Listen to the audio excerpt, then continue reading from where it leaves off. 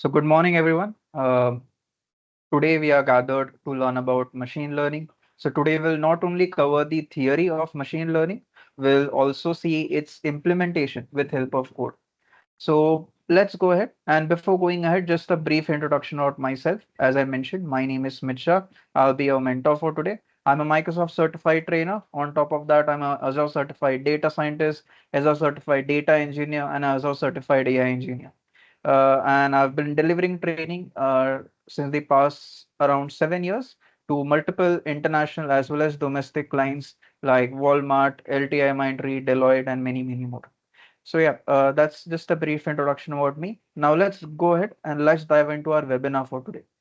So as I mentioned, we are going to cover the theory of machine learning as well as we'll cover the implementation of machine learning with code.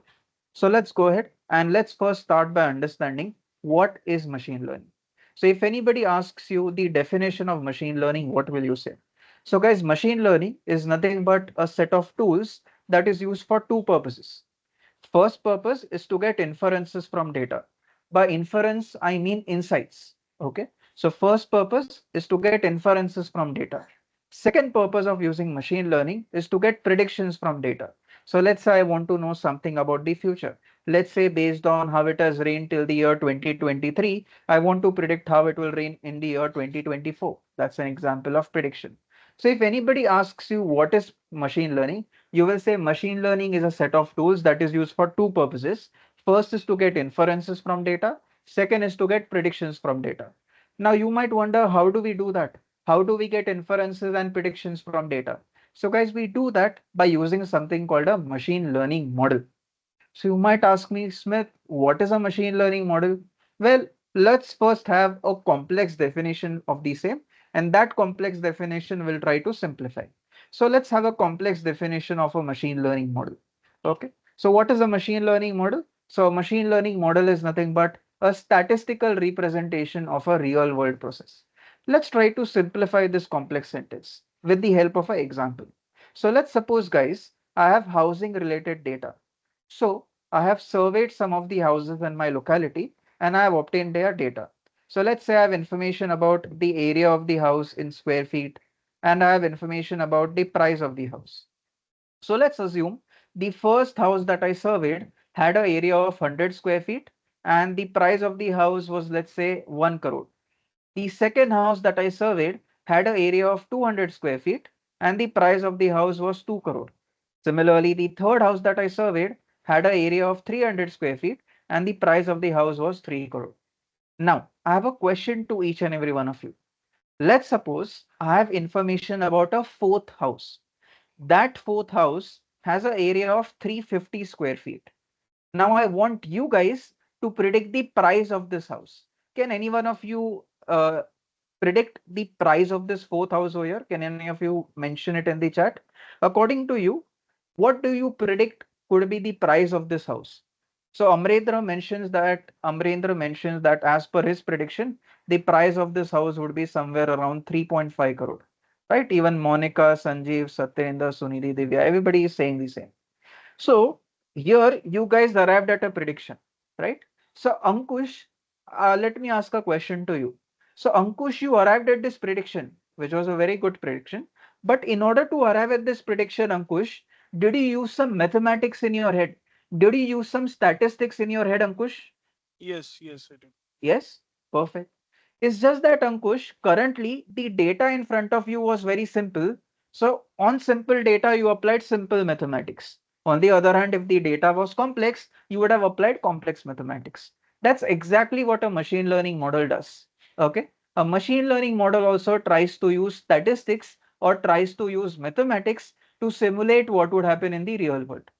Okay. So just like you, Ankush, and other students, what did you guys try to do? You guys tried to use statistics or mathematics to simulate what would happen in the real world. Similarly, a machine learning model also does the same. So up till now, we have covered two definitions already. First was that of machine learning. So if anybody asks you about machine learning, you will say machine learning is a set of tools that is used for two purposes.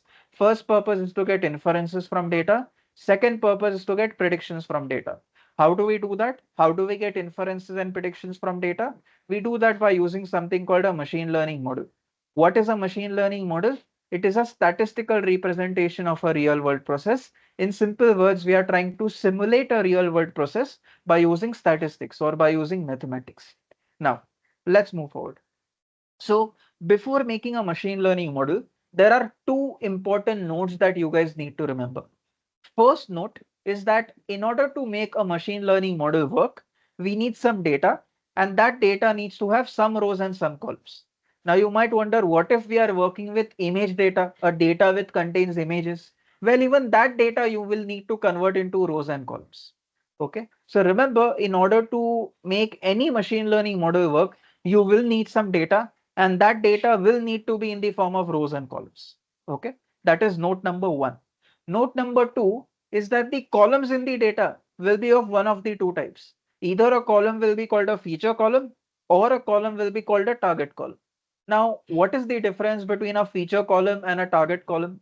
So, well, a feature column is a column that helps me to predict, whereas a target column is a column that I want to predict. Let's understand the difference between a feature column and a target column with the help of an example. So let's suppose I have housing related data. Here you can see the data in front of your screen. Now, my first question to each and every one of you is, on this data, can I build a machine learning model? My first question to every one of you is, on this data, can I build a machine learning model? Yes or no? Hitesh has answered yes, right? And you are absolutely correct, guys.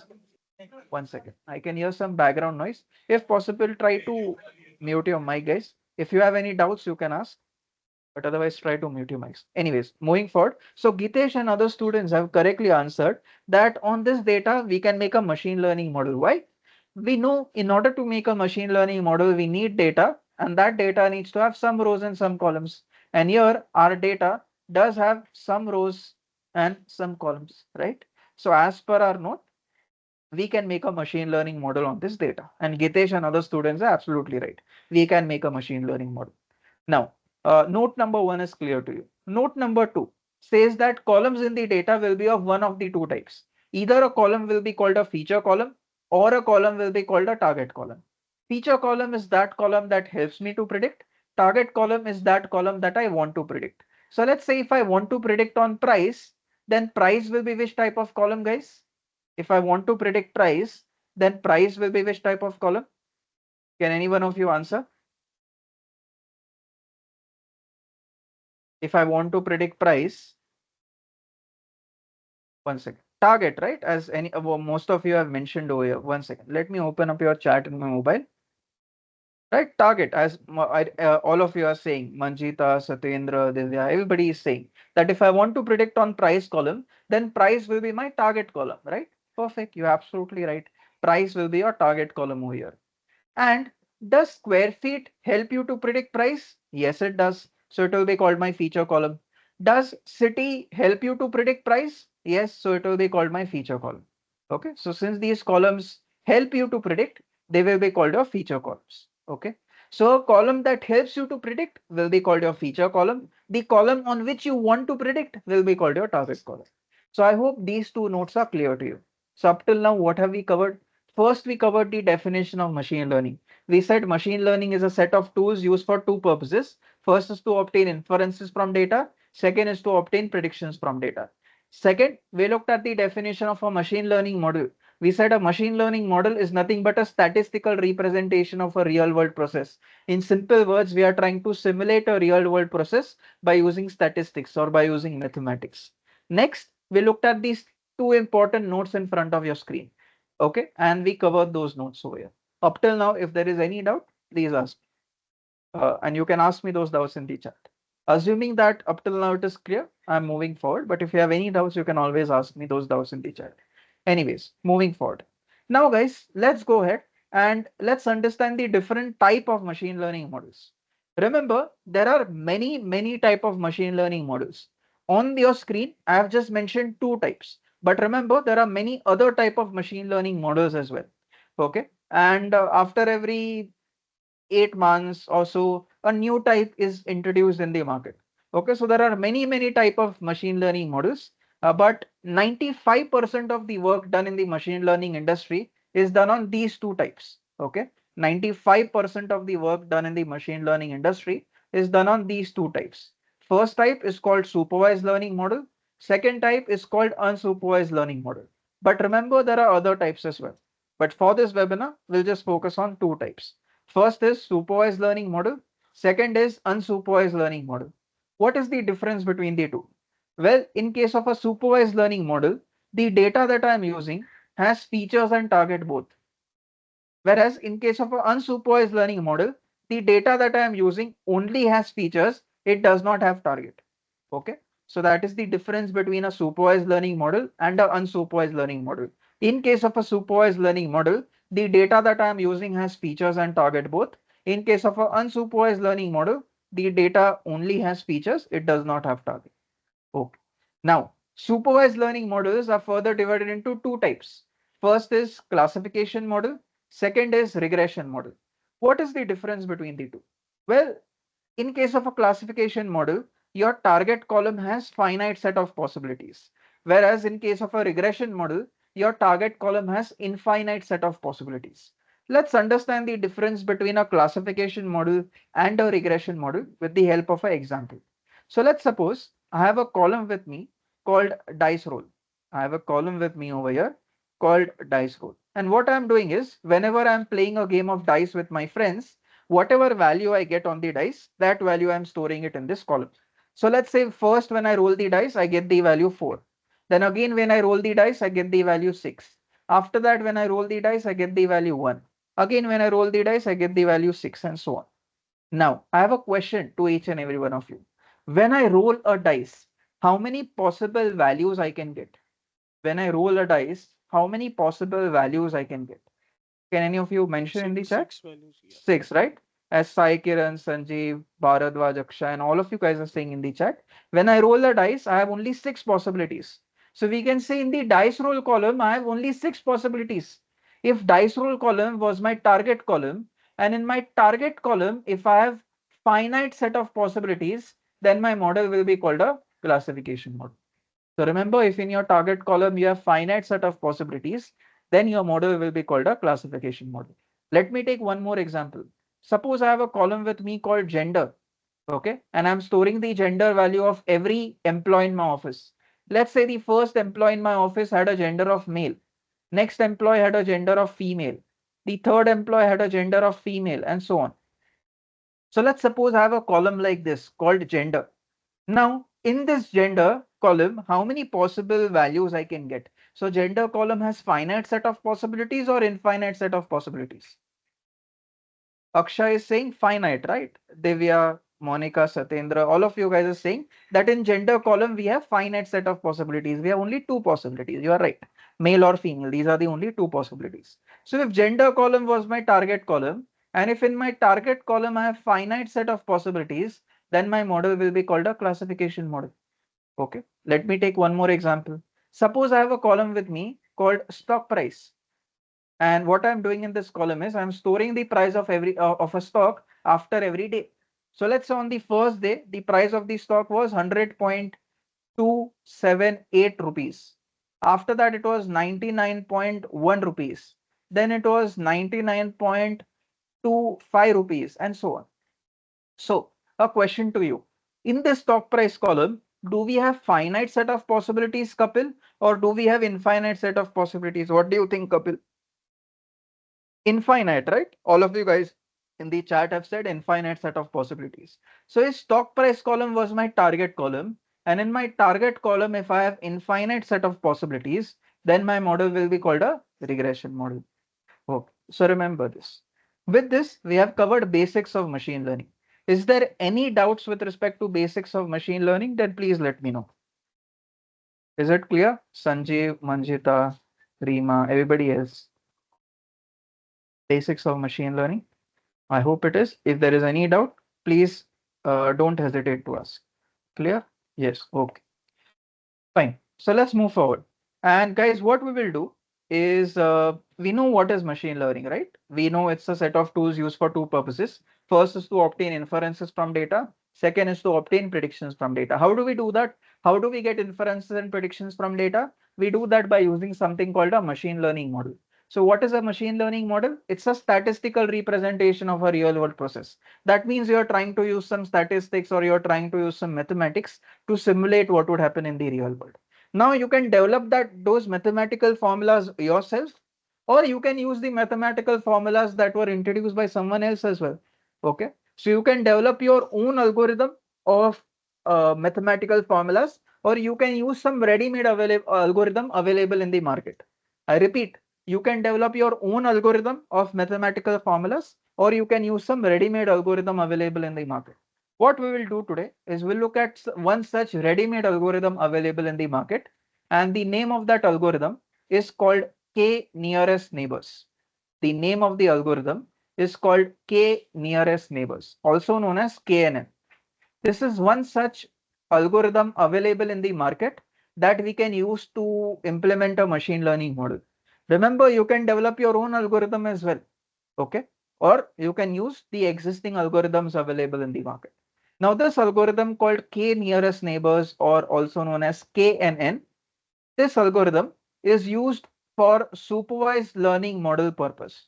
That means in order for this algorithm to work, you will need both feature column as well as target column. We know what is supervised learning, right? In supervised learning, in our data, we have both feature column and target column. So in order for this algorithm called KNN to work, we will need both our feature column as well as target column. Fine. So as I mentioned, KNN is used for supervised learning model purpose. But you might ask me, within supervised, it is used for which purpose? Classification or regression? Within supervised learning, we have two types, right? Classification and regression. So this algorithm KNN is used for which purpose? Classification or regression? Well, this algorithm is used for classification purposes. That means for this algorithm to work, your target column needs to have finite set of possibilities only. Okay, only then this algorithm will work. Fine. So let's go ahead and let's understand what is the working of this algorithm called KNN. Remember, this algorithm called KNN is used for supervised learning model purpose, and within supervised it is used for classification purpose. Okay, fine. Let's go ahead and let's see the working of this algorithm called KNN. So, uh, before I implement this algorithm, you might remember that fine, we are using this algorithm to make a machine learning model. But in order to make a machine learning model, you might remember we need data, and that data needs to have some rows and some columns. So let's assume we have data having some rows and some columns. In this data, I have three columns: experience, age, and gender. Out of the three columns, experience and age, let us assume they are my feature columns, and let's assume gender is my target column. Okay, so here on your screen you have data having some rows and some columns, so we can implement a machine learning model. You can develop your own algorithm for implementing a machine learning model, or you can use a ready-made algorithm available in the market. We'll use a ready-made algorithm called KN. Okay, so let's see how it works.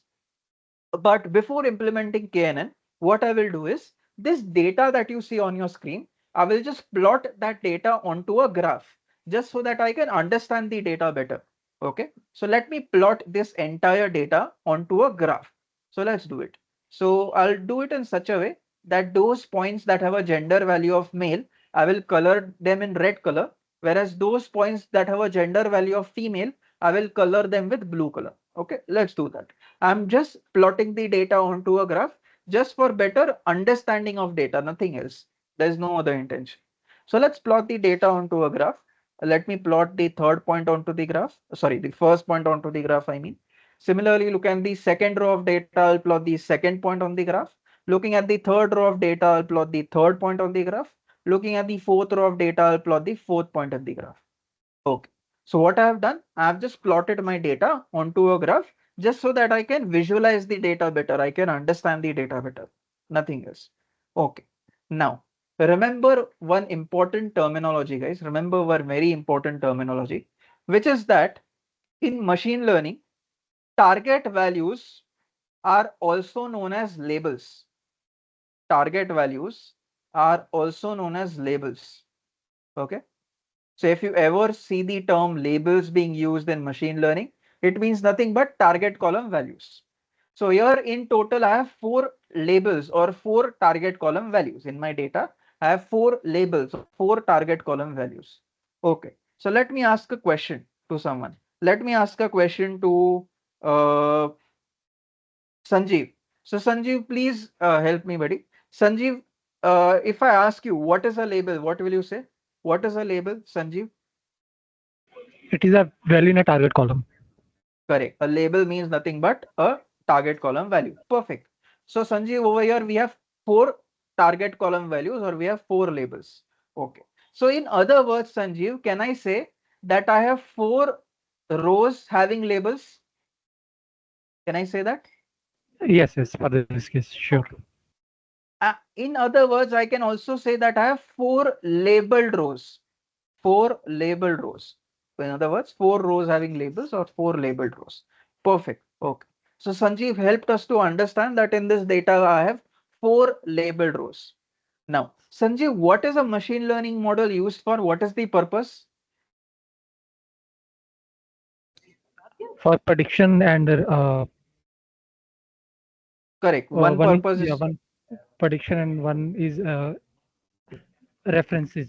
I think I just inference. forgot. Yes, yes. Yeah, inference. Inferences, correct. So as you mentioned, there are two purposes of using a machine learning model. First is to get inferences from data. Second is to get predictions from data. Let's suppose I want to use my machine learning model to get predictions. So let's say I want to predict that a new employee has come to my office. That employee has a age of 22 years and has an experience of 1 year. I want to predict the gender of that employee. Okay. So over here, Sanjeev, can I say that this row is unlabeled row? Yes, spot Unlabeled, on. yes. Okay, it does not have a target value, it does not have a label, so we can say it's a unlabeled row. For this unlabeled row, let me plot a unlabeled point onto the graph. For this unlabeled row, let me plot a unlabeled point onto the graph. You can see I have done that over here.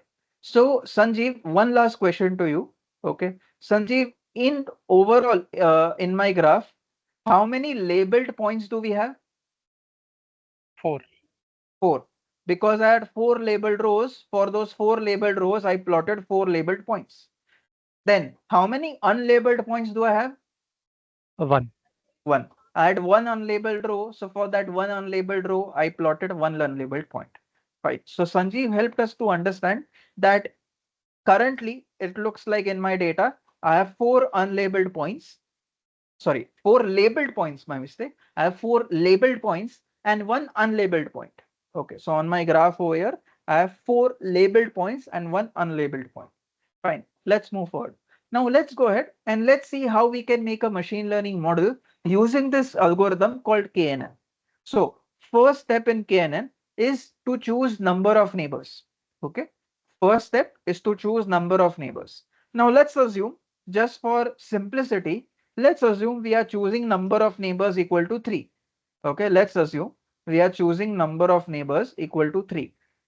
Okay, so first step was to choose number of neighbors, and let's say I've done that. I've chosen number of neighbors equal to 3.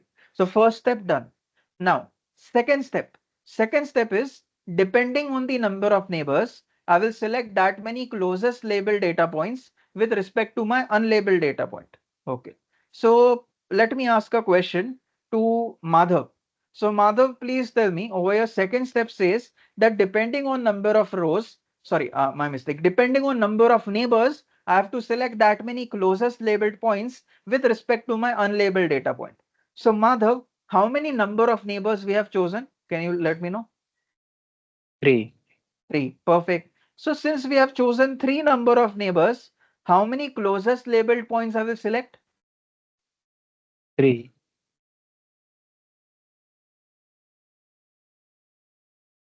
Perfect. Since I've selected three number of neighbors, that's why I will select three closest labeled points. But with respect to what I will select? I will select three closest labeled points with respect to my unlabeled data point. Okay. So Madhav, can I say, buddy, that this is my unlabeled data point? Yes. Yes. Okay. So with respect to this, I will select three closest labeled data points. Okay. So let me do it. So Madhav, you agree with me that these are the three closest labeled data points with respect to this unlabeled data point? Yes. Yes. Okay. Fine. So over here, second step done. Second step was, depending on number of neighbors, we'll choose that many closest labeled data points with respect to my unlabeled data point. One second. It seems some part of the screen is not visible to you. How can I make it visible?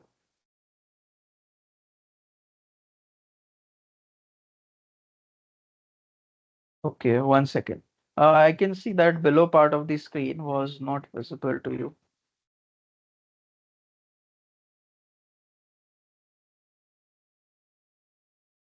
One second. I hope now it will be visible to you. Okay, now it's visible. All right. So second step was what, guys? Second step was depending upon the number of neighbors, we'll select that many closest labeled data points with respect to my unlabeled data point. Since I chose three number of neighbors, that's why I will select three closest labeled data points with respect to my unlabeled data point. So this is my unlabeled data point, the one that I have circled. And with respect to that, I will select three closest labeled data points. Let's do that. Fine. So with help of Madhav, we have performed step number 2. Step number 1 was to choose number of neighbors. Step number 2 was depending on number of neighbors, we'll choose that many closest labeled points with respect to my unlabeled data point. Now, step number 3. Step number 3 is to make all of the selected labeled points to vote. So let's do that. Let's make all of the selected labeled points to vote. So I will need help of Mukula. So Mukula, please help me out. So Mukula, I will need your help in third step. Third step is to make all of the selected labeled points to vote. So Mukula, how many labeled points we have selected? Can you let me know?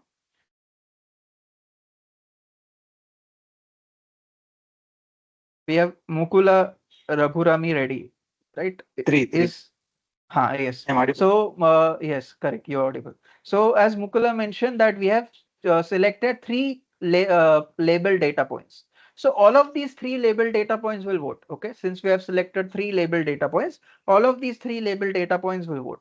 Remember, red points will vote red, blue points will vote blue. So Mukula, please let me know how many votes will go to red? 2. 2. Perfect. And how many votes will go to blue? 1. 1. Perfect. So 2 votes to red, 1 vote to blue. Perfect. And with help of Mukula, we have performed step number 3.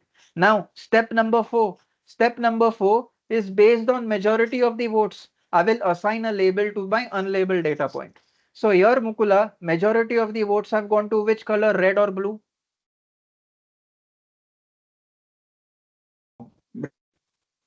Red. Red, right?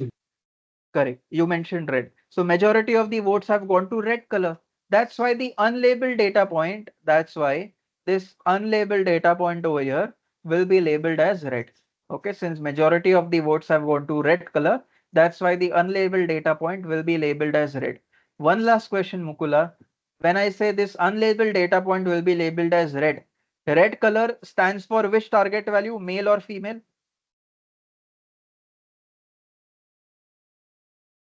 I had Male. put that note earlier, male, right? Lead color stands Yes. for male target value in my graph. Okay. So that means I'm predicting that this unlabeled row should have a label of male. That means I'm predicting that this unlabeled row should have a label of male. And that's how you can arrive at a prediction using this um, algorithm called KNN. Okay, so this is how this algorithm called KNN works. There are 4 steps. First step was what? Let me just revise it for you. First step was what? First step was to choose number of neighbors, right?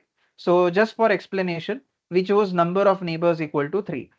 Then second step, based on number of neighbors, we'll choose that many closest labeled data points with respect to my unlabeled data point. Since we chose 3 number of neighbors, that's why we selected 3 closest labeled data points. Then next step was to make all of the selected labeled data points to vote.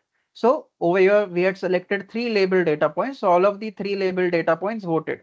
Red points voted red, blue points voted blue. That's why 2 votes went to red, 1 vote went to blue.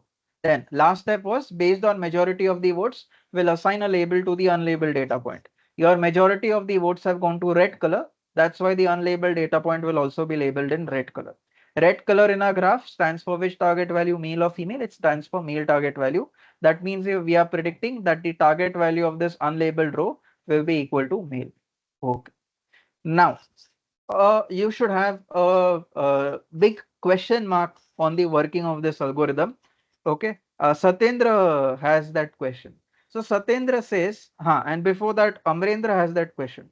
Amrendra says, what if, let's say, voting has happened and there is equal voting or there is equal votes assigned. Let's say two votes have assigned to red, two votes have been assigned to blue. Let's say there is a tie between the votes. Then what will happen? If there is a tie, Amrendra, then what will happen is the computer will randomly assign a label. Okay, let's say there is a tie between red and blue, then the computer will randomly assign a label between red and blue. If there is a tie between red and green, the computer will randomly assign a label between red and green.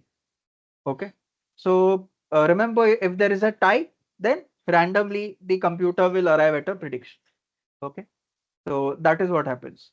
Then coming to Satyendra's thought, as I mentioned, based on the working of this algorithm, you should have a major question on the working of this algorithm. And Satyendra has that question.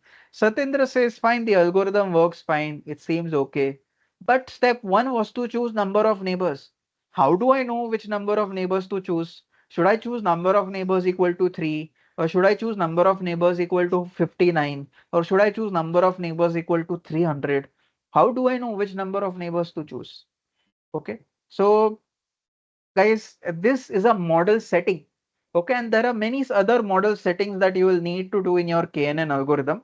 Okay, let me go ahead and let me mention that in this KNN algorithm, what are the model settings that we need to do?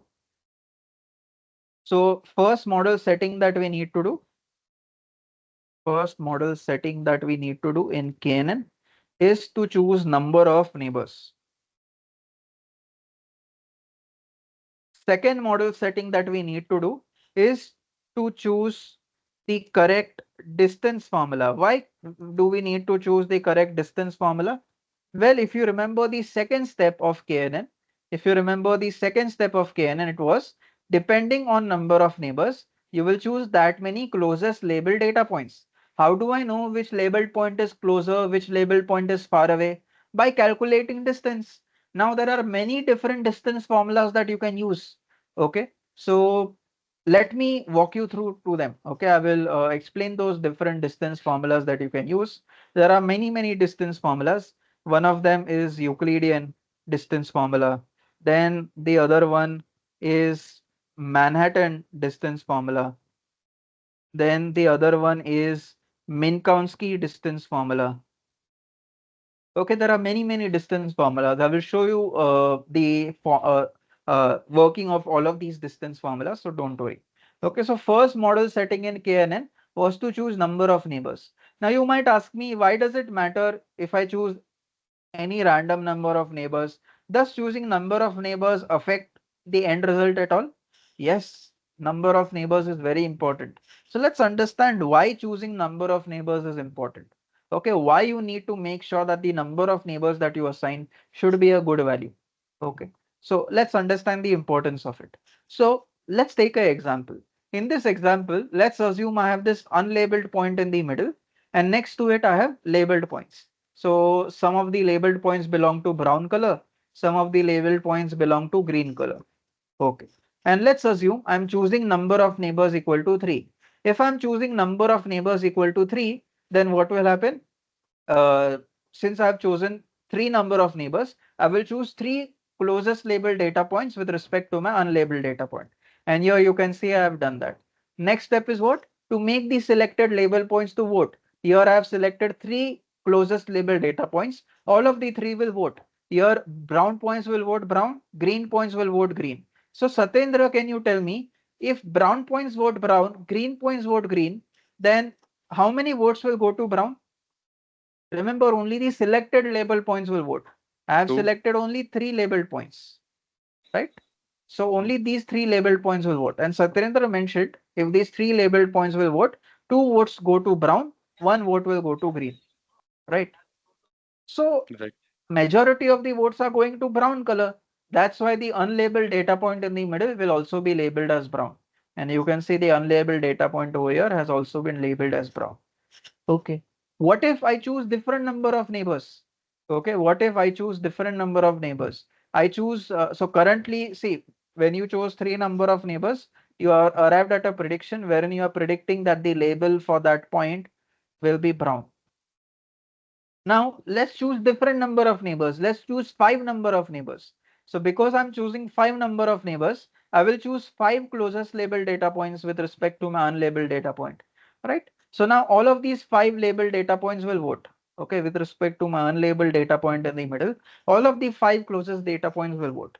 Brown points will vote brown, green points will vote green. So what will happen, Divya? How many votes will go to brown? How many votes will go to green? What do you think will happen here, Divya? How many votes will go to brown? How many will go to green? So Divya says 2 votes will go to brown, 3 votes will go to green. Perfect. So majority of the votes are going to which color? Green color. That's why the unlabeled data point in the middle will be predicted as green, right? That's why the unlabeled data point in the middle will be predicted as green. And you will see in the next slide, the unlabeled data point in the middle has been predicted as green. So depending on different number of neighbors, your end prediction is changing. Okay. So number of neighbors is very, very important. Choosing correct number of neighbors is very, very important. So it's a very important setting, right? So that is one such setting that you have to do in KNN algorithm. What is second setting that you have to do in KNN? Second setting is to choose the correct distance formula. There are many, many distance formulas.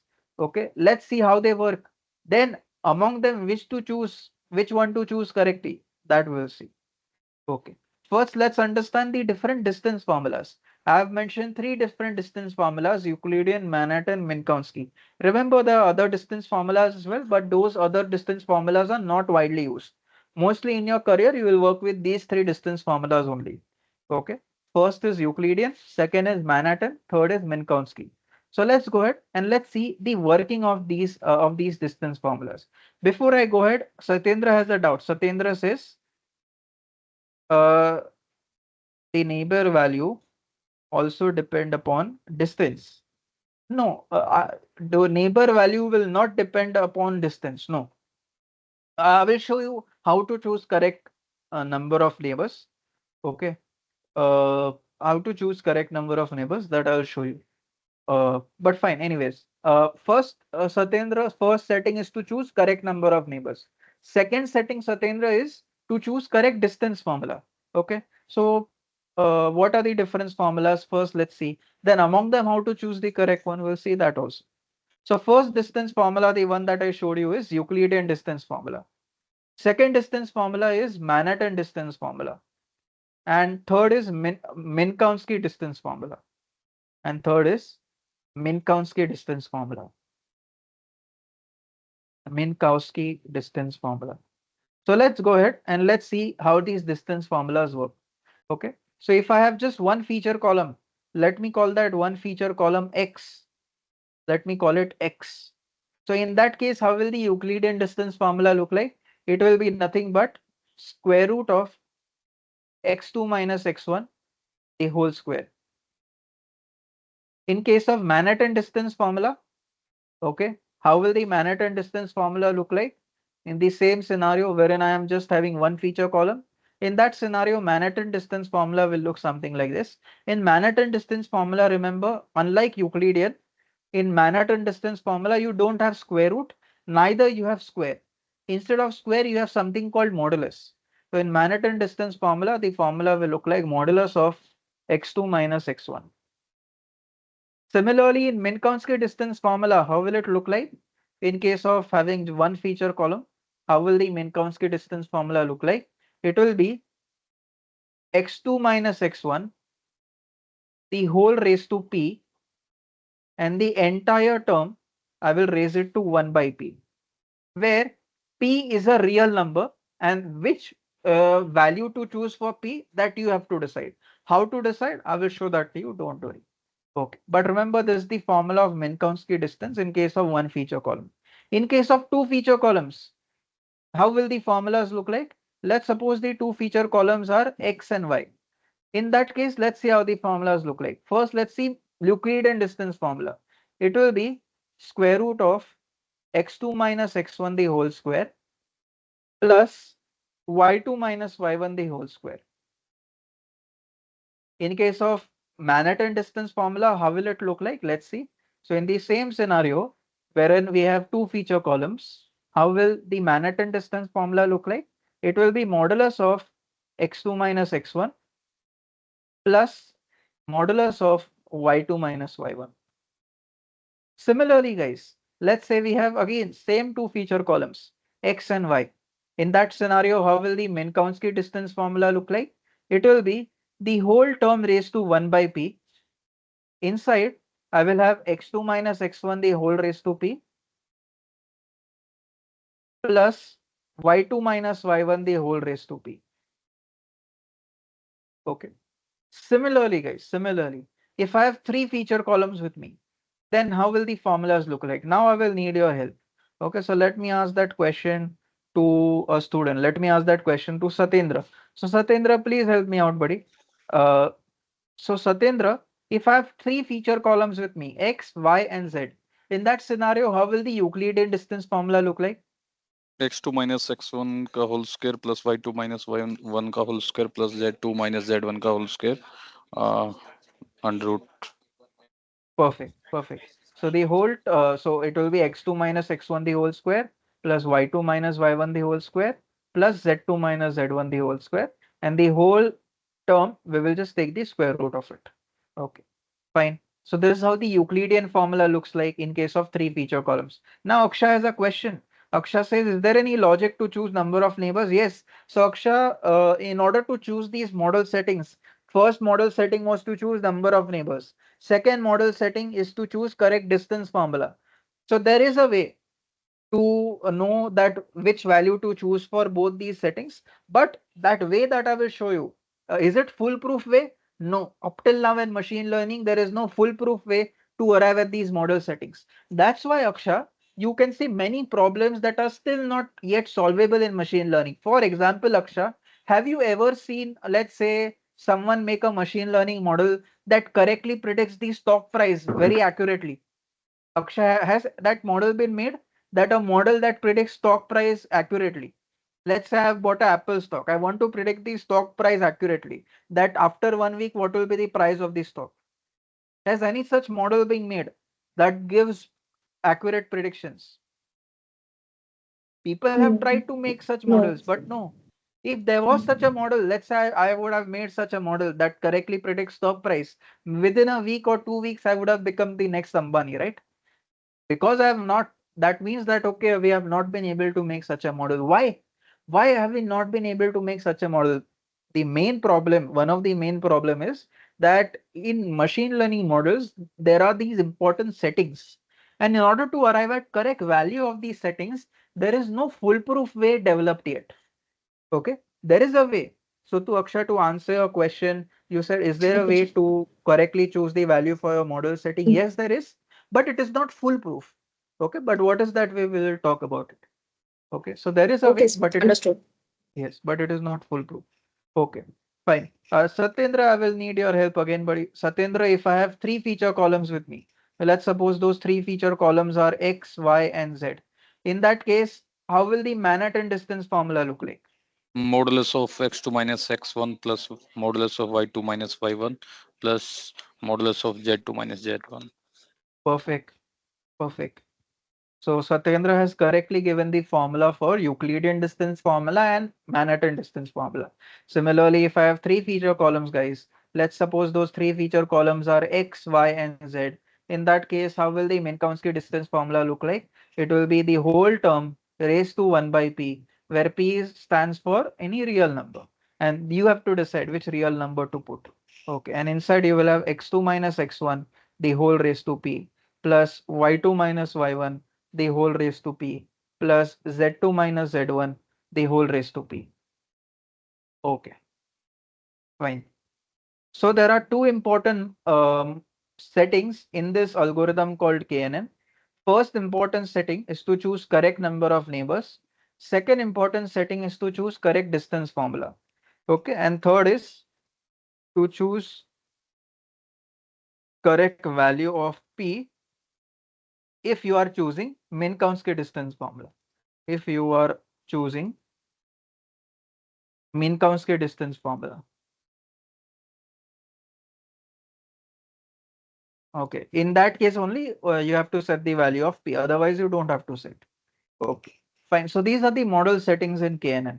Now, in order to do these model settings, Okay, in any algorithm, not just in KNN, in any algorithm, if you want to arrive at correct value of these settings, we need to use a technique called hyperparameter tuning. The name of that technique is hyperparameter tuning.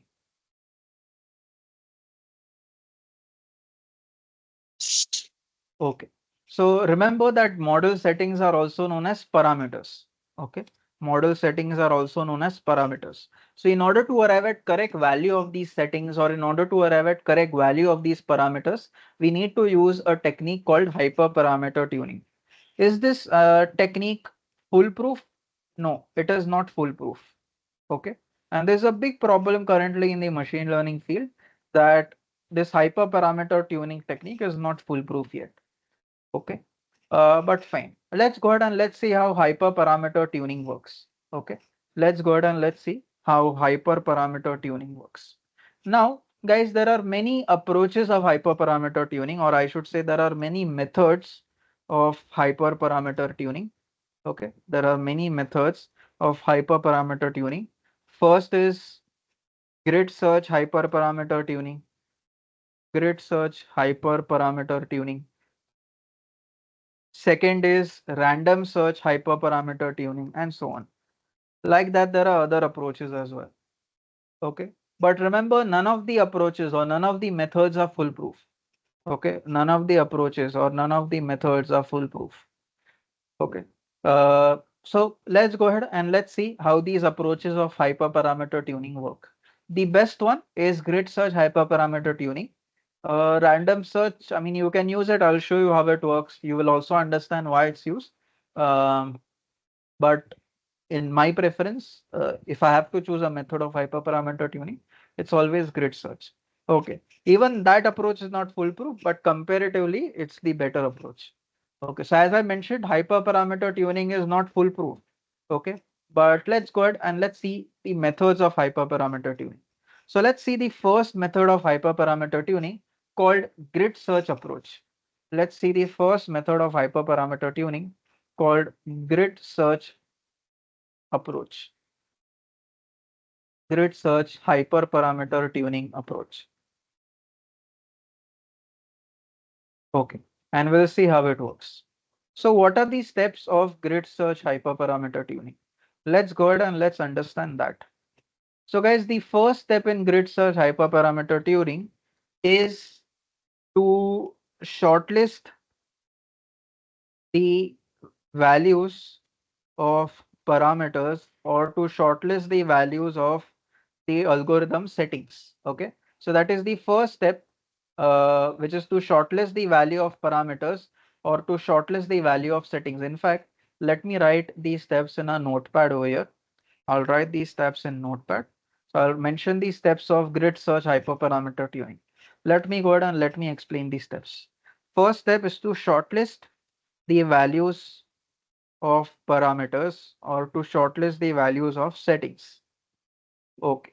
Second step is to make a model with every possible with every possible setting value with every possible setting value. Third step is to uh, select the model that is giving that is giving the highest performance. When I say highest performance, that means the model that is giving more correct predictions. Okay, that is giving the most correct predictions. Okay, and then the the fourth and last step is that select the parameter values used in the best model. Okay, used in the best model. All right, so let's go ahead and let's see how the steps of grid search hyperparameter tuning work. Okay, first step is to shortlist the value of parameters or to shortlist the value of settings. There are two important settings in grid search, or sorry, there are two important settings in KNN, right? First important setting is the setting for number of neighbors. number of neighbors. That is the first important setting. And second important setting in grid search is to choose correct distance formula, right? Second important setting is to choose correct distance formula. So as per grid search hyperparameter tuning, the first step of grid search hyperparameter tuning is to shortlist the values of parameters. Okay. So Amrendra, I will need your help over here. Amrendra, according to you, just give me some values for number of neighbors. Amrendra, according to you, just give me values for number of neighbors.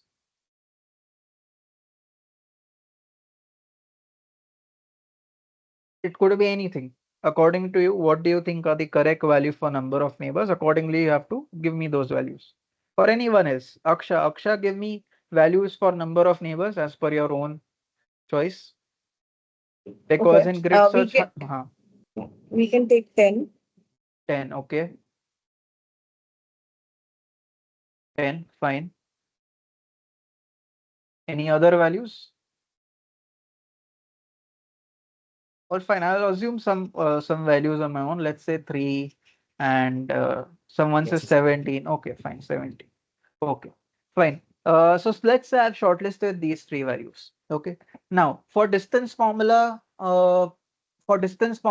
let us shortlist some values. So, Rahul, can you shortlist some values for distance formula?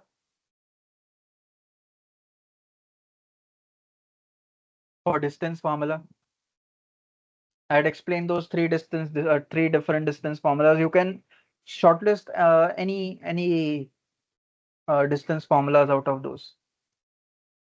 Let's say, let's assume that you like Euclidean distance formula and Manhattan distance formula. Okay, let's suppose you are shortlisting those Euclidean distance formula and Manhattan distance formula. Okay, now let's go ahead and let's see how it works, guys. Okay, Amrendra says let's shortlist Euclidean. Fine, so we have done that, and I have shortlisted another one called Manhattan as well. Okay, fine. So let's say these are the values that I have shortlisted.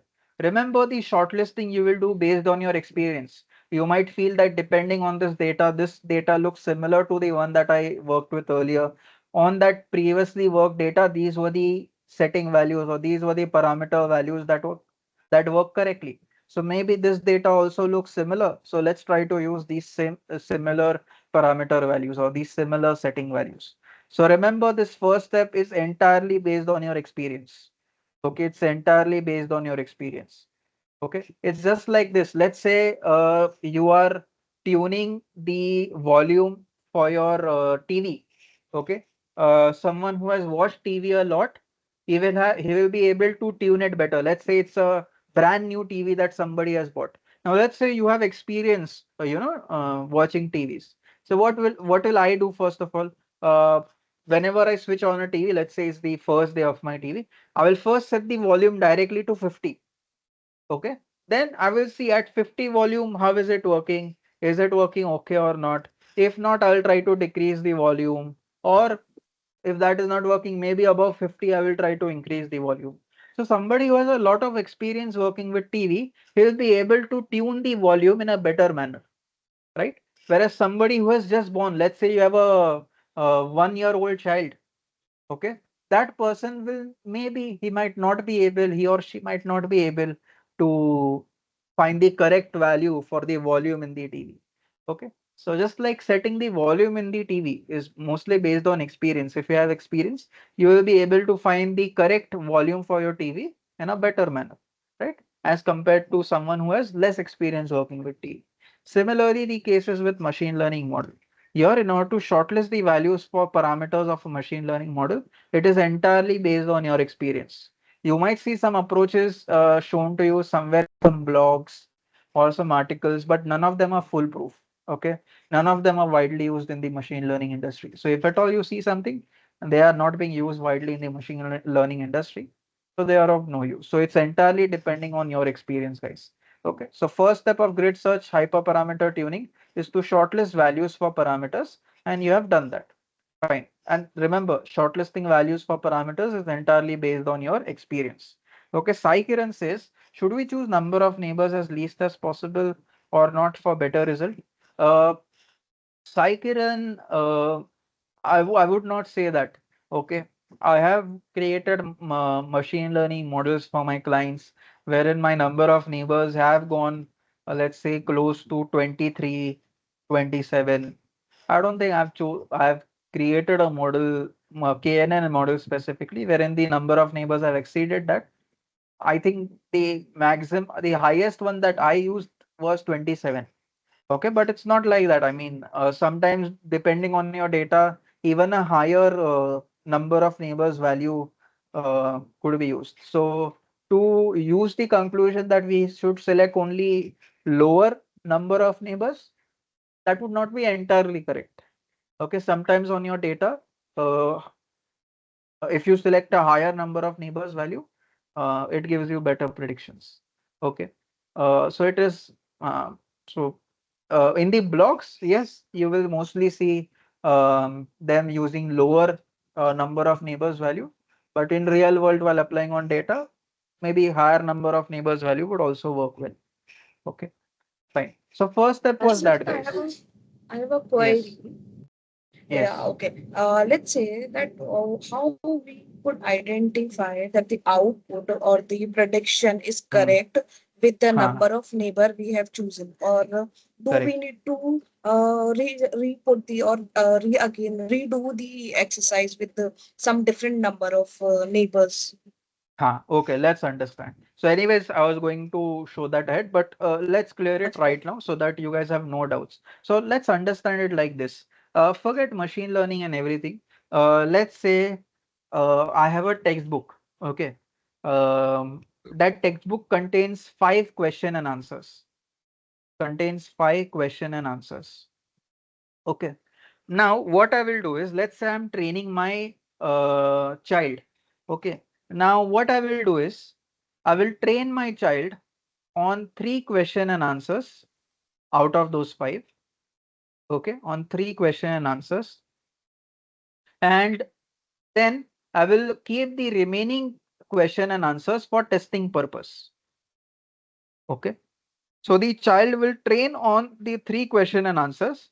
It will try to learn that concept that okay, on this concept such a question can come and this is how you should answer and so on.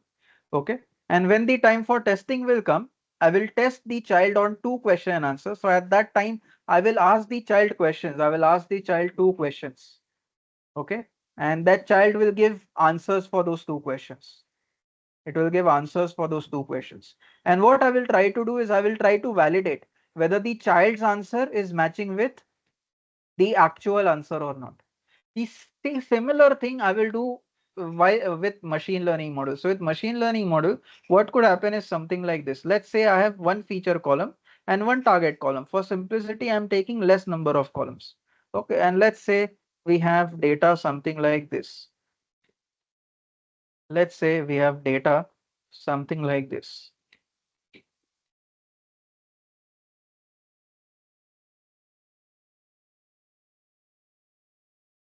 Now, what we will do in machine learning is, let's say we will train the model on some part of the data, not on entire data. We'll train the model only on some part of data. So what we do is we train the model, let's say on 3 rows. There are total 5 rows. We'll train the model on 3 rows. Okay. And when the time for testing will come, I will test the model. I will tell my model that, okay, if the feature value is 4, give me your prediction. So the model might say something like, according to the model, the prediction for target value is female. Similarly, for the next row in the testing data set, I will ask me to give the prediction. Let's suppose it gives me a prediction for the target value saying female. Okay. So we test the model only on the testing data set. Okay. So out of my overall data set, some rows I will reserve for training the model. Some rows I will reserve for testing the model. Now, when I want to see the model performance, so how will I do it? Let's try to understand. So sorry, who asked that question? I forgot your name. Who was it? Aksha. Aksha. So Aksha over here, have a look at the testing data set. In the testing data set over here, the first row in the testing data set, have a look at it. The actual target value was male, but the model predicted a target value of female. So is the actual target value and predicted target value matching? No. No. Okay. Have a look at the second row of your testing data set. the actual target value was female, model also predicted female. So is the actual target value and predicted Yes. target value matching? Yes. So there were Yeah. 2 rows in testing data set. In total, there were 2 rows in testing data set. Out of that, how many were predicted correctly? 1. 1. So can I say accuracy of this model is 0.5, or in percentage terms, can I say it is 50%? Right. Yes. So that is how we look at model performance. That what is Okay. the accuracy of the model? 50% accuracy, 90%, 100%, whatever is the percentage. Okay. So we can say Thanks. performance. Yes, welcome. We can say performance of this model is 50%. Okay. Fine. Uh, yeah, so that's also a good doubt that we covered. Anyways, we'll see that point again going forward. Fine. So first step in grid search hyperparameter tuning was to shortlist the value of parameters. Second step is to make a model with every possible setting value. Okay, so let's do it. Let's make a model with every possible setting value. So I will first make my model with, I will make my first model with number of neighbors equal to 10 and distance formula equal to Euclidean. Then I will make my second model with number of neighbors equal to 10 and distance formula equal to Manhattan. Then I will make my third model, okay, with number of neighbors equal to 3 and distance formula equal to Euclidean. Then I will make my fourth model with number of neighbors equal to 3 and distance formula equal to Manhattan. Like that, in total, Sai Kiran, how many models will I create? How many models, guys? In total? 6. 6, right? 6. Remember, I'll create this fifth one with number of neighbors equal to 17 and distance formula equal to Euclidean. Then I will make my sixth model with number of neighbors equal to 17 and distance formula equal to Manhattan. So in total, here what I have done, I have made a model with every possible combination of setting values. Okay, and with this 6 total models were made. With this, what I have done, step number 2, I am done with. I have created a model with every possible setting value. And have a look at this. This entire diagram being shown to you over here, it looks like a table. It looks like a grid-like structure. That's why the name was given to this method of hyperparameter tuning called grid search hyperparameter tuning. Okay, because this entire diagram over here, you can see it looks like a grid. It looks like a table. Okay, that's why it was known as grid search hyperparameter tuning. Okay, fine. First step was done. Second step was also done. Yes, any doubt? Somebody was asking something, I heard. Okay, no? Okay, fine. Third step is that we need to select the best model that is giving the best performance. So where we'll see the model's performance. I have showed you, right, how we check the model's performance. So let's say model 1 was giving 50% accuracy. Model 2 was giving 90% accuracy. Model 3 was giving 65% accuracy. Model 4 was giving 73% accuracy. Model 5 was giving you 97% accuracy. And model 6 was giving you 89% accuracy. Okay, so as per the third step of grid search hyperparameter tuning, we need to select the best performing model. So here, Akhilesh, which is the best performing model? Which model is giving you the highest performance, highest accuracy?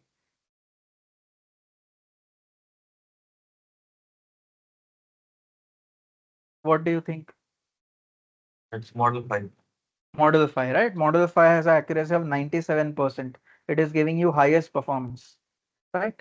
So we'll say that model 5 is the best performing model. Okay, done. Next, last step of grid search hyperparameter tuning is to select the parameter values used in the best model. So here, Akhilesh, in the best model, the number of neighbors that was chosen was equal to 17, right? And distance formula that was used was equal to Euclidean. So that's how I know that, okay, number of neighbors equal to 17 is a good value and distance formula equal to Euclidean is a good value. Okay, so this is grid search hyperparameter tuning. Now that you know these steps, you let me know, is this a foolproof way? Is grid search hyperparameter tuning a foolproof way to arrive at good parameter values? Is this foolproof? No, right? Just because grid search hyperparameter tuning is telling me that number of neighbors equal to 70 is a good value, does not mean it's the best value out there.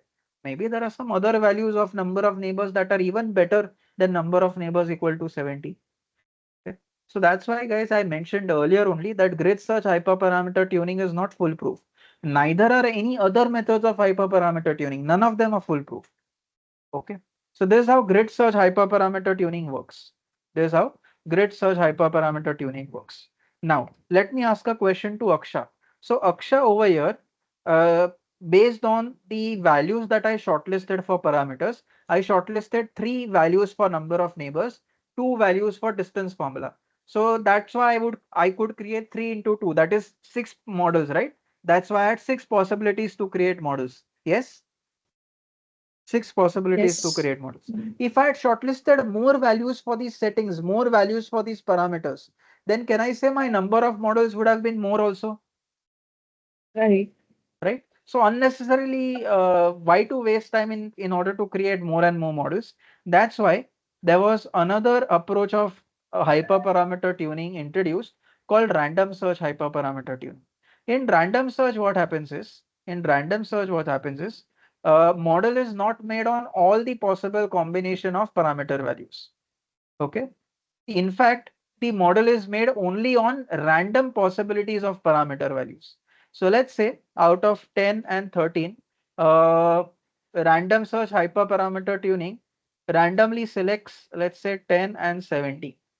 Okay, out of two distance formulas, Euclidean and Manhattan, random search hyperparameter tuning only selects Manhattan.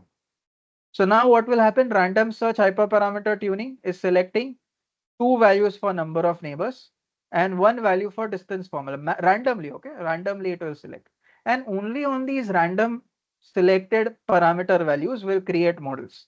So now what will happen? Now we'll create a model with number of neighbors equal to 10 and distance formula equal to Manhattan. Then we'll create a second model with number of neighbors equal to 17 and distance formula equal to Manhattan. So in random search hyperparameter tuning, what happens? You are not creating a model on all possibilities of parameter values. You are only creating a model on uh, randomly selected parameter values. With this, what will happen? The number of models that will be created in the backend will reduce. And because of that, the entire time taken in order to implement this entire technique will also reduce. So if you want to sacrifice on, if you want to make sure that time taken is a little less, you can go for random search. But this is even worse than grid search. Okay, that's why I declared earlier that I don't use random search that often. I focus on grid search only. Okay, but fine, random search is there. If you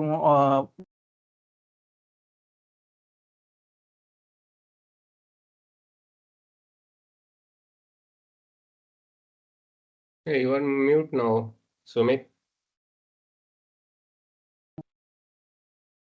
oh sorry, I went on mute. I don't know why.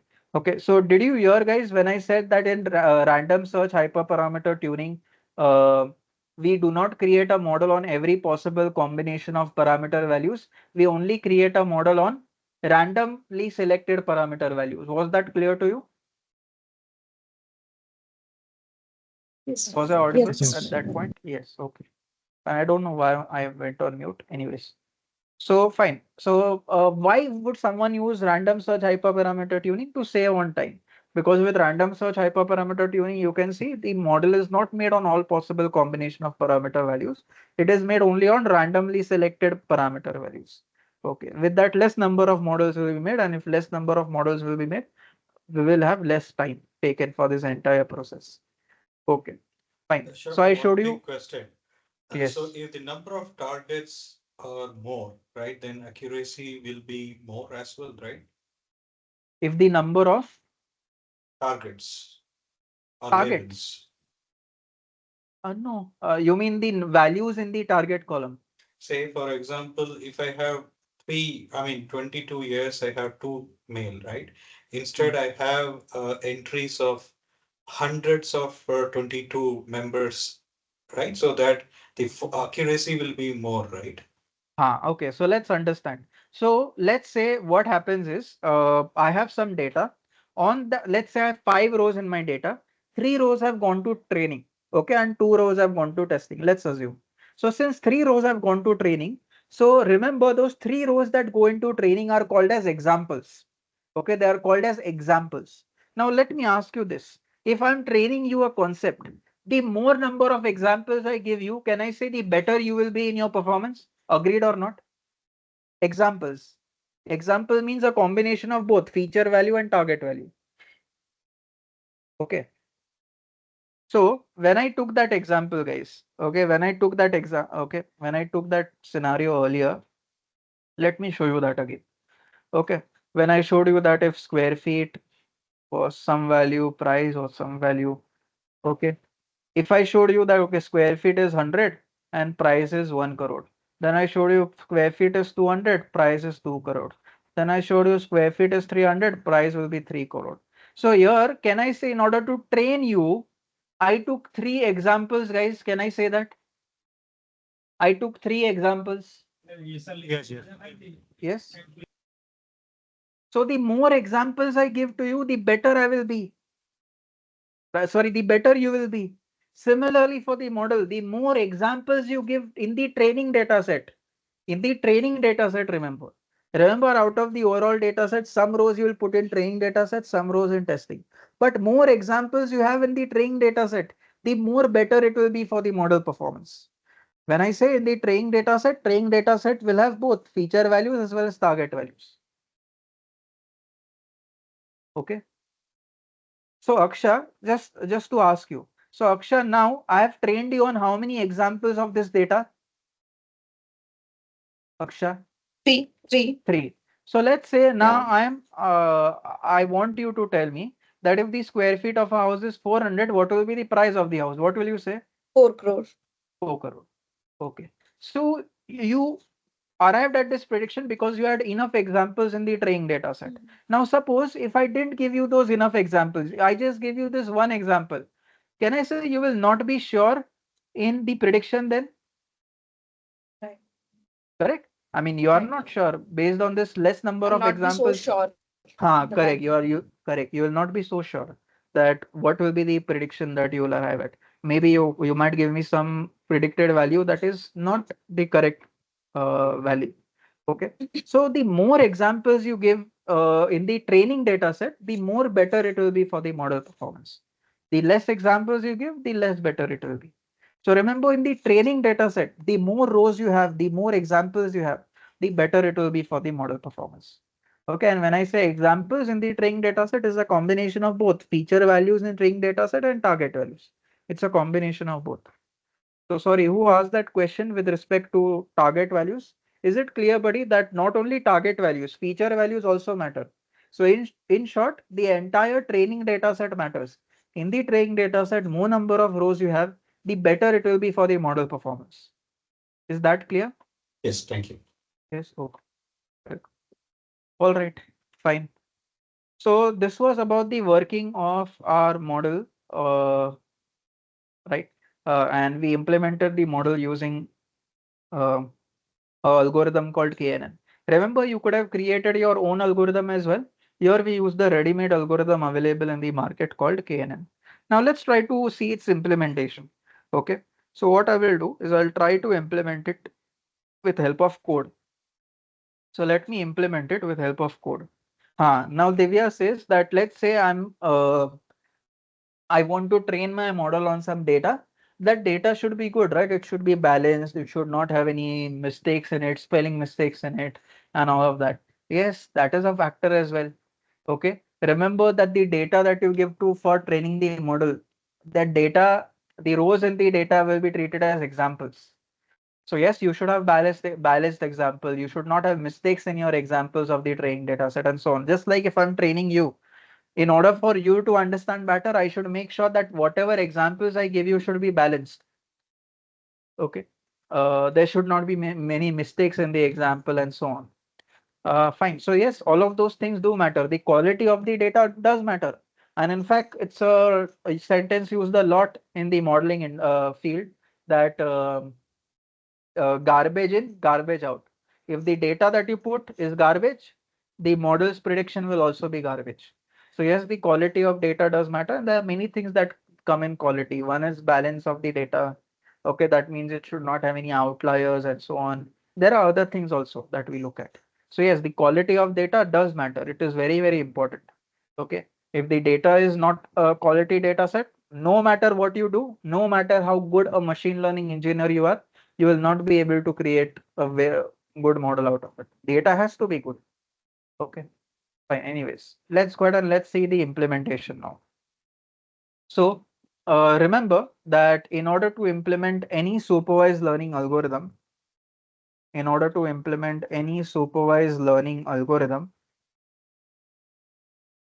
there are a total of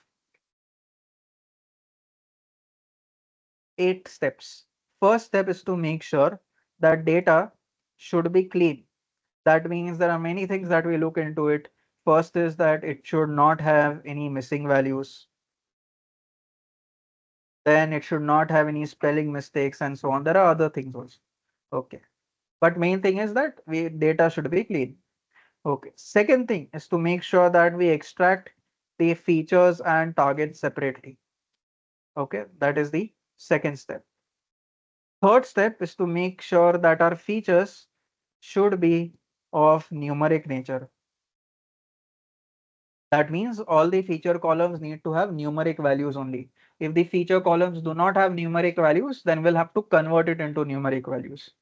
Fourth step is to make sure that our features should have some rows and some columns. Okay, they should have some rows and some columns. The fifth step is to make sure that we split the data set into two parts, training and testing.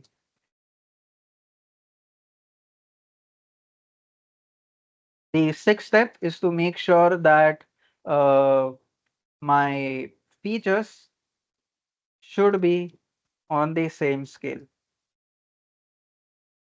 The seventh step is to make sure that we correctly train the model on the training data set. Okay, how to implement all of this, we'll see. Then the last step is to make sure that we test the model on the testing data set. Okay, fine. Now let's go ahead. So guys, first step is to make sure that our data is clean. And before checking this, we should actually get our data. So let's go ahead and let's get our data. So my data is in a CSV file. I will go ahead and get data from that CSV file. So let me go ahead and write the code to get data from the CSV file. The CSV file is stored in D drive, datasets folder. And inside datasets folder, there is a CSV file called iris.csv. From there, I want to get my data, and that data I want to convert it into such a way that I get it in the form of rows and columns. Okay, so I've written the code for it, and here you have your data. Fine. First, so now first step is which is to make sure that data should be clean. And there are many things that we look into it. First is to make sure that data should not have any missing values. So let's check whether it has any missing values or not. And on checking, we observe that my data does not have any missing values. ID column has zero missing values. Sepal length column has zero missing values. Sepal width column has zero missing values, and so on. So none of the columns in the data have any missing values whatsoever. So data is does not have any missing values. You need to check for spelling mistakes as well. You need to make sure that none of the values in the data are wrong and all of that. For now, we won't do it because we don't have enough time to go through the entire data. But I have already checked this data earlier. This data is clean, does not have any mistakes whatsoever. Fine. Second step is to make sure that we correctly extract the features and target. So let's go ahead and do that. So here in this data, guys, let me explain this data first. So this data is about iris flowers. So scientists have recorded information about iris flowers. So they went into the jungle and they recorded information about 150 iris flowers. Okay. For each flower, they have put information across each row. So for the first iris flower, they have put information in the first row. For the second iris flower, they have put information in the second row. For the third iris flower, they have put information in the third row and so on. Like this, for 150 iris flowers, they have put information in 150 separate rows. Okay. Now, They have recorded a lot of information. They have recorded the sepal length of that iris flower. They have recorded sepal width of that iris flower, petal length of that iris flower, petal width of that iris flower. They have also recorded species of the iris flower. Now there are only three species of iris flower. Either the species will be called Iris setosa, or the species will be called versicolor, Iris versicolor, or the species will be called Iris virginica. In the world, there are only three species of iris flower. Okay, remember that. Fine. And then they have also given an ID to the iris flower. If it was the first flower that they were recording, they put an ID of 1. If it was the second flower that they were recording, they put an ID of 2 and so on. Fine. So they have given an ID to those flowers as well. Okay. Fine. So this is the data. On this data, let's say I want to predict the species of the flower. So species will be my target column. So I will get that target column separately. Species will be my target column. I'll get it separately. Okay, and let me put in a meaningful variable. Let me call it target. Okay, fine. What about my feature columns? So currently all columns apart from species will be my potential feature columns. I don't know whether they will be my final feature columns or not, but they will be my potential feature columns. So all columns apart from species will be my potential feature columns. Okay, then we will see if they will be my final feature columns or not. Okay, but all columns apart from species will be my potential feature columns. Let's have a look at my potential feature columns. Have a look and tell me, is there any column that you feel is not worthy of becoming a feature? In other words, is there any column you feel will not help me to predict the target? My target is species. Is there any column that you feel won't help me to predict species? Nachiket and Geetesh are saying ID column, right? Correct, ID column. So that is the column that I will drop. We don't think that it is worthy enough to become my feature column. So I will go ahead and I will drop it. Okay, we'll go ahead and we'll drop it over here. Fine. All right. With this, I have extracted my target separately and I've extracted my features separately. Done. Second step over. Third step is to make sure that my features should be of numeric nature. Let's go ahead and check if my features are of numeric nature or not. And on checking, we observe that all the features are of numeric nature. You can see first feature column contains float values. Float is one of the numeric data types. Similarly, other feature columns also contain float values. Float is one of the numeric data types, right? So all the feature columns contain numeric values, so no need to worry. If they did not contain a numeric value, we would convert it into numeric values. Okay, but fine. In this data set, we don't have to do it, so that's good.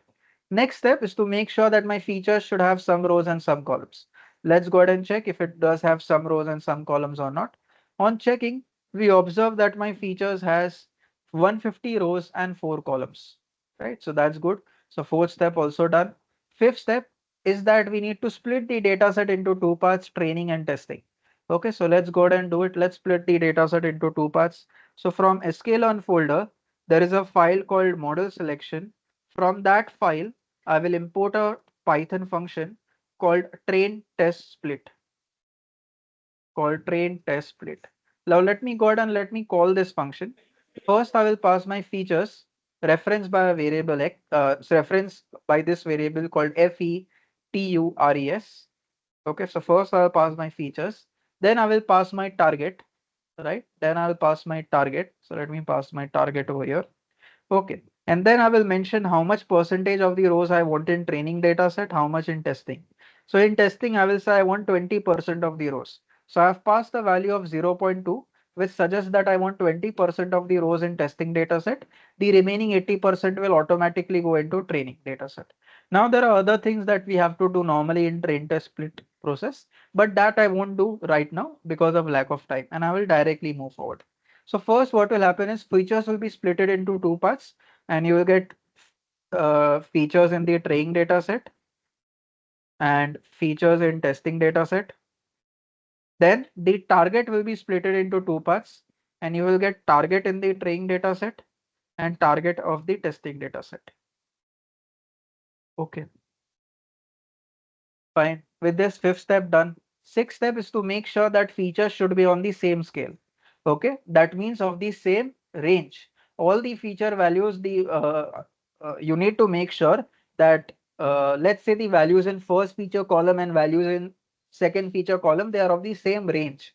Okay, scale means range. Scale does not mean units. I'm not saying that, okay, first column has value in terms of centimeter, second column also should have values in terms of centimeter. I'm not talking about units. I'm talking about scale or range. Okay, here you can argue that the feature columns, the values in the feature columns maybe are not in the same range. Okay, maybe petals will obviously have a bigger range than, sepals will obviously have a bigger range than petals. Okay, so they are not on the same range. What we have to do is we have to convert them on the same range.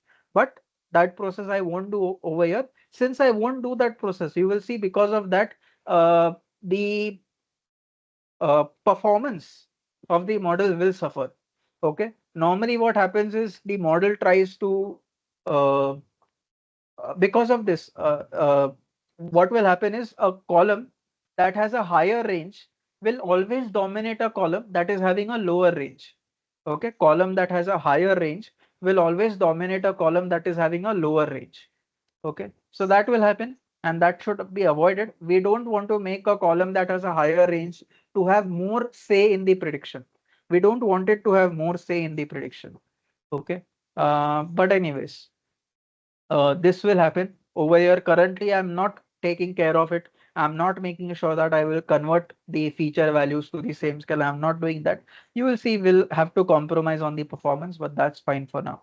Okay, because that process itself will take 20 to 25 minutes, so I won't go into it. Okay, moving on to the next step. Next step is what? To train the model on the training data set. So let's go ahead and do that. But remember, the sixth step I have not taken care of. Because of that, I will have to sacrifice on the model performance. Okay, what will happen is a column that is having higher range will always dominate a column having a lower range. So avoid that. We should make sure that the range of values in feature columns is almost the same. Okay, you cannot make it exactly the same. We have to make sure it's almost the same. But fine. Currently, I'm not taking care of it because of it the performance will suffer. Okay, seventh step, which is to train the model on the training data set. Okay, so let's go ahead and do it. So before training the model, I will have to create the model first. So from sklearn folder, there is a file called neighbors. From that file, I will try to import this class called k neighbors classifier. Okay, I hope the spelling and everything is right. Yes, it's right now. Fine. So now I will call the class. Because of that, what will happen? The model will be ready and it will be created. Remember, it will not be trained. It's just that the model will be ready. That okay, I'm ready right now. Uh, Whenever you will ask me to train on something, I will train. Fine. So with this line of code, with this one, the model will be ready. Now let's train it. Okay, let's train it. So in order to train the model, we have to use the word fit. Okay, fit does what? It basically does scanning. Okay, it basically does scanning. Just like, let's say I want to train on a textbook. Basically, I will have to scan the content in the textbook, right? Similarly, if I want to train on any data set, I will have to scan that data set. In machine learning terms, another word for scanning is fitting. Okay, so we need to train the model or we need to fit the model on what? On the trained data set. So guys, I have a question. Out of the four parts that you got in train test split, which parts belong to the training data set? Gitesh, it should always be done after train test split, not before. There is a reason for it, but as I said, it will take 20 to 25 minutes to explain, so I'm not doing it right now. Okay, maybe in some other webinar, I will explain, but never before. There is a reason. It should always be done after, okay, never before. So as you mentioned, one of the scaling technique is standardization, buddy. So it should always be done after scaling, never before. There's a reason for it. Okay, but anyways, due to lack of time, I'm not covering it. Anyways, we are ahead of the time. I should have ended by 12:30. Anyways, I'll just complete this over here. So, Nachiket, I have a question. So, Nachiket, out of the four things that you got out of train test split, which things belong to the training data set? Features train. Sorry, Features train. features train and target train, right? Correct. These two things belong to training data set.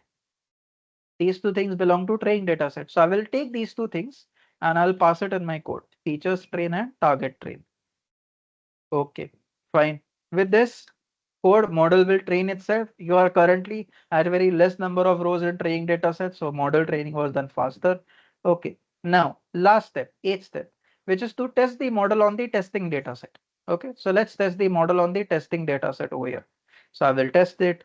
So over here, I want the performance score and I want to test it on the testing data set. So Nachiket, out of 4 things in train test split, which things belong to the testing data set? Rahul, Nachiket. Features test, train test. Features test and target test. Okay, fine. So these 2 things belong to the testing data set. Fine. So let me pass these 2 things inside my code. And with this, I will get an accuracy score. Remember, accuracy is nothing but total number of predictions divided by correct predictions, divided by correct number of predictions. Okay, so let's say in the testing data set, there were total of 20 rows. Out of 20, 16 rows in the testing data set were correctly predicted. So that means I will get an accuracy of 0.8. Okay, so accuracy will always be between 0 and 1. Okay, the more the accuracy is closer to 1, the better it is for your model. For an acceptable model, accuracy should at least be greater than or equal to 0.7. Okay, let's see what is our model's accuracy. Remember, our accuracy will suffer because a lot of things that I have not done. There are some things that I had to do in train test split, which I had declared I am not doing. For scaling, I have not taken care of scaling as well. Because of that, the model performance will suffer, but that's fine. Okay, and over here you can see I'm getting an accuracy of 0.93. That means 93% accurate. Okay, 93% accurate. If I had done those 2 things which I said earlier, if I had taken care of some steps in my fifth and sixth step away, if I had taken care of some things in my fifth and sixth step, the performance would have been even better. Okay, but fine, we are getting an acceptable model over here with a performance with a accuracy of 93%. In percentage terms, I'm getting accuracy of 93%, which is good enough. Now we have created a model, but why did we create the model, guys? Just for time pass? Or what was the use of creating the model? Why is a model used? I mean, what is the usage of the model? For? Sorry, I could not hear you, but I guess you were trying to say inferences and prediction, right? Okay, I could not hear you properly, but I think you're trying to say that a model is used for 2 things, inference and prediction. Let's say I want to use it for making predictions. Okay, so I have my data, and on that data, I want to go ahead and make predictions. So how will I do it? Let's see. So over here, I will have some data on which I will make predictions. Okay, so Rahul, I will need your help, buddy, over here. So let me make predictions. During predictions, we always have feature values with us. So for sepal length feature column, you give me any value of your choice, Rahul. For sepal length, any value. 5.9, okay. Then for sepal width, give me any value of your choice. Anything of your choice. For sepal width, anything. 3.3. Similarly, for third and fourth feature column also, buddy, give me value. Third and fourth feature column also give me value. Anything of your choice. 6, okay. For the third feature column, what about the fourth feature column? Okay, again a value of 6. Fine. So this is the data on which you want to do prediction, right? This is the data on which you want to do prediction. Okay, fine. Now let's go ahead and let's ask the model to do prediction over here. Okay, so we'll ask the model to do prediction. Currently, I just have 1 row in this data, so my model will only predict 1 target value. If I had 2 rows in my data, model would have predicted 2 target values and so on. Remember, the target is species. There are only 3 possibilities in species, either Iris setosa or Iris versicolor or Iris virginica. Out of the 3 values, it will give me something. Okay, out of these 3 values, it will give me something.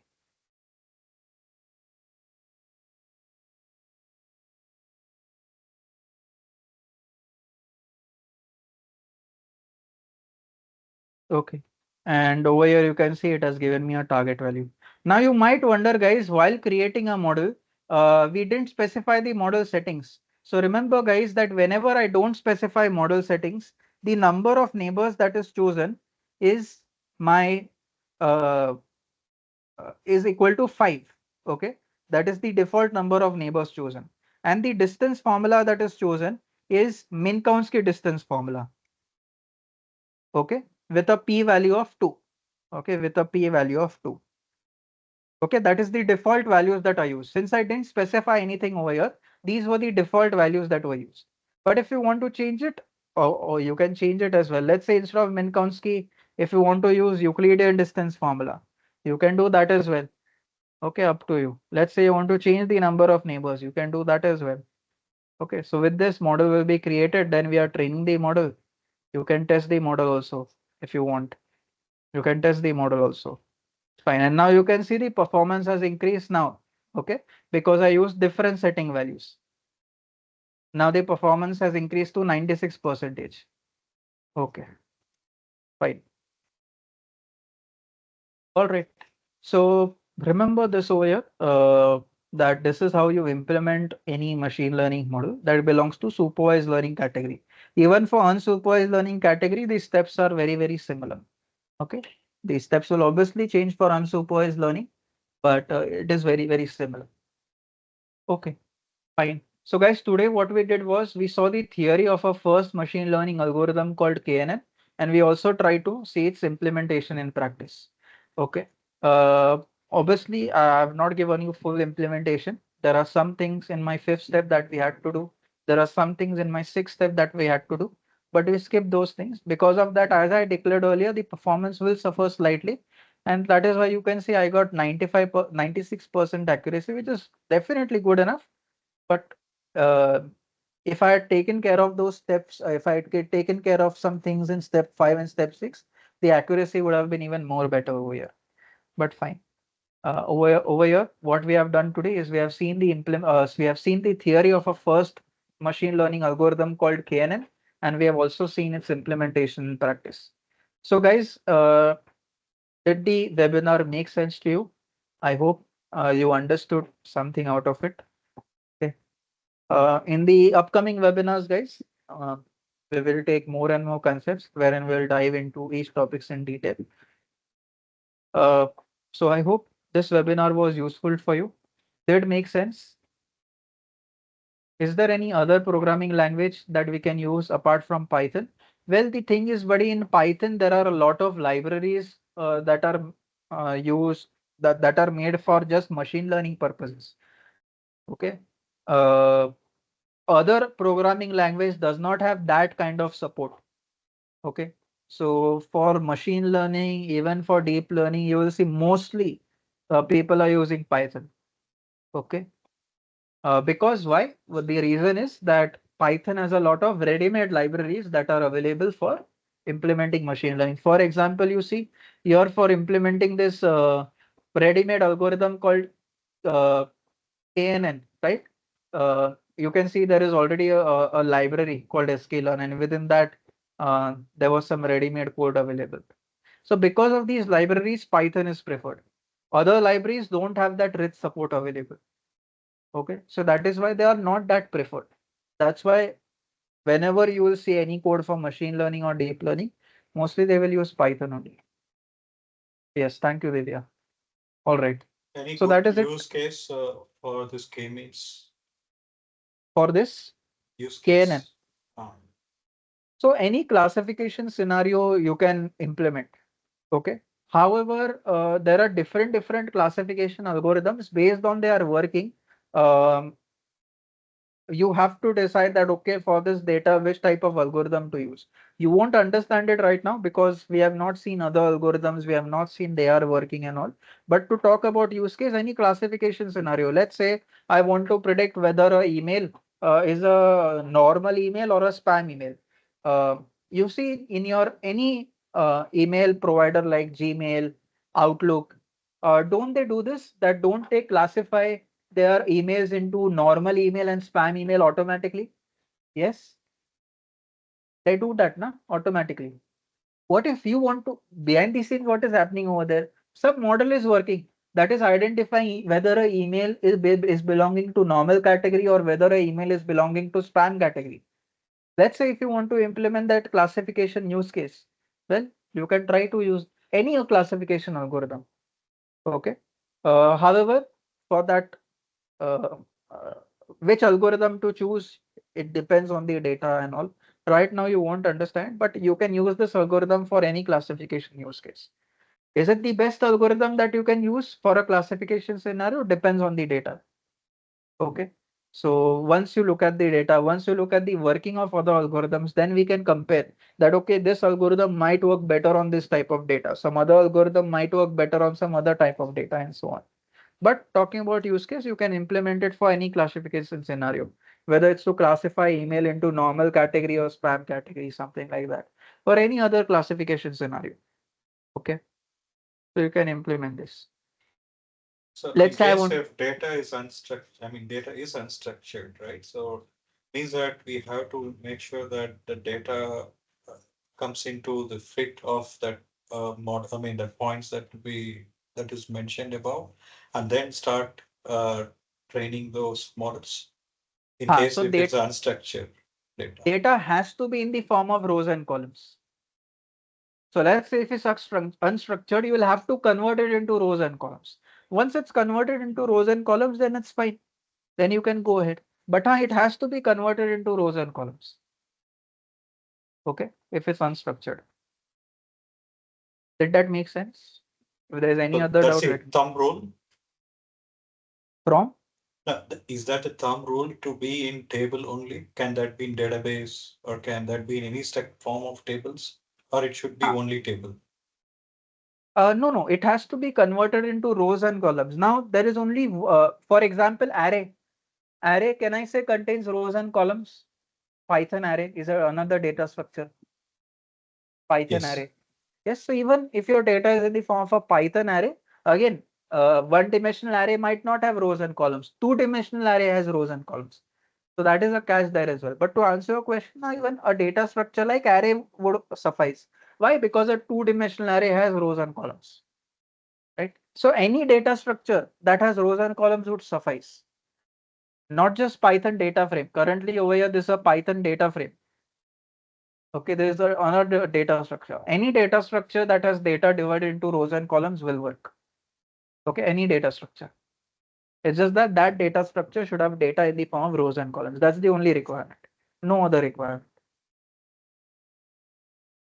Okay. So in case of symbols, in case of some, I mean, some kind of non-numbers, right? Hmm. So that needs to be I mean, separated from the data and then do that training. Or in case if there could be any data, data can be anything, right? It can be a number, alpha, symbol, it can be anything, right? So which even maybe in a different language as well, which Hmm.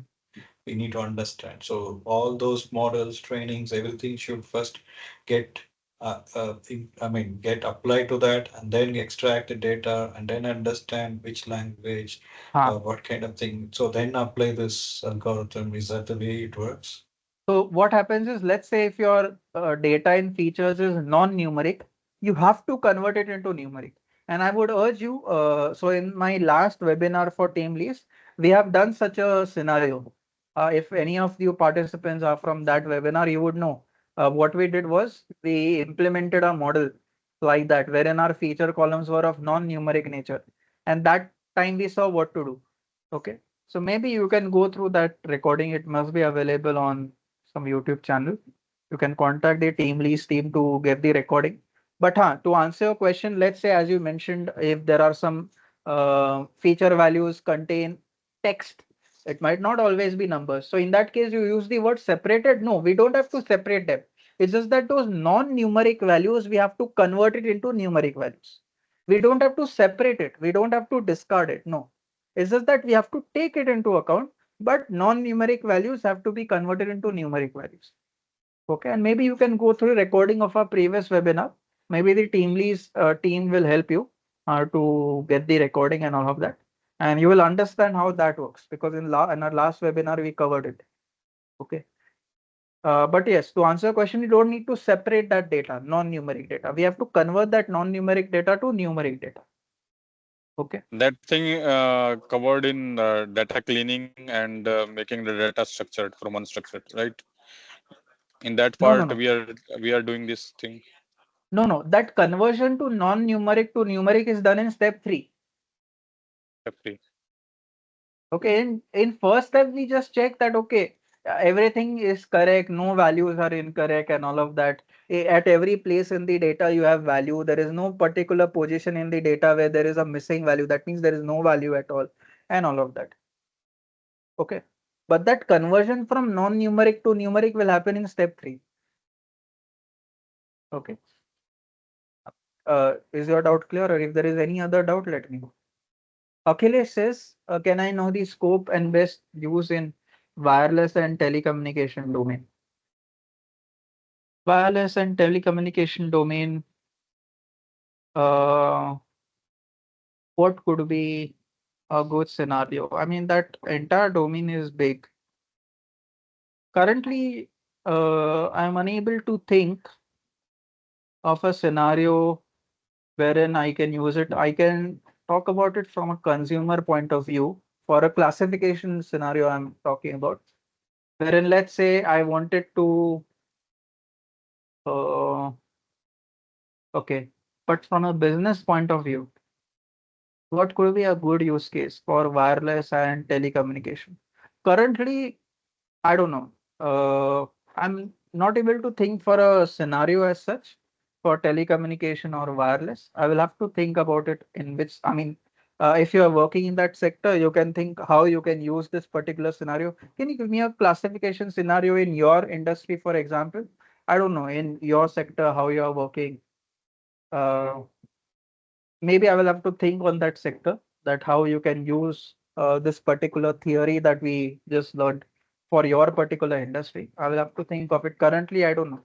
I cannot think of a good example that you can use in your industry. But anyways, uh, maybe I will have to think over it. That what would be a good particular use case for your particular industry? Okay, because I have limited knowledge of that particular industry. I'm not able to think. Anyways, uh, keeping that aside, is the concept clear what we did today? The working of our first KNN algorithm, the theory of it, and the implementation of it with code. Did that make sense? Nachiket, Akhilesh, Hemanta, Mariappan. Yes. Did that make sense, guys? Yes, to a The- basic extent. Yes. Yes. Okay. Fine. In the upcoming webinars, obviously we'll dive more into it. Okay, since I've already taken 25 minutes extra time, so I guess we should end the webinar for today. So that is it for today, guys. Thank you for attending, and we'll meet again in our upcoming webinar. Okay, thank you so much. I hope what we did today made sense to you. You took something of value out of it. So yeah, that is it for today, guys. Thanks for attending, and bye, guys. Bye, everyone. Thank you so much, Smith. Thanks for your time.